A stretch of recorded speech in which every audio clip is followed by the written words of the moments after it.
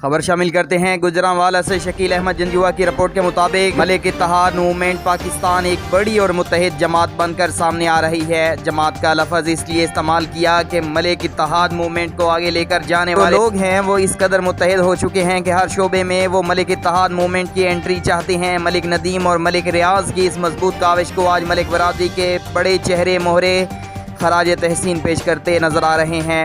कल तक जो ये बात करने के लिए तैयार नहीं थे कि मलिक इत्तेहाद मूवमेंट कामयाब होगी, आज वो ये तराना गाते हुए नज़र आ रहे हैं। मलिक रियाज, मलिक नदीम और इनकी पूरी टीम आज इस कदर कामयाब दिखाई दे रही है कि हमें इन लोगों पर फ़ख्र है। इस टीम के जो सबसे मुतहरिक लोग हैं इनमें मलिक कासिम का नाम भी नुमाया नज़र आता है। और चंद रोज़ कबल मुग़ल पैलेस में मरकज़ी नुमाइंदों की मीटिंग इस बात की दलील थी कि मलिक इत्तेहाद मूवमेंट अब पूरे पाकिस्तान में अपना वजूद मजबूती के साथ मनवा चुकी है।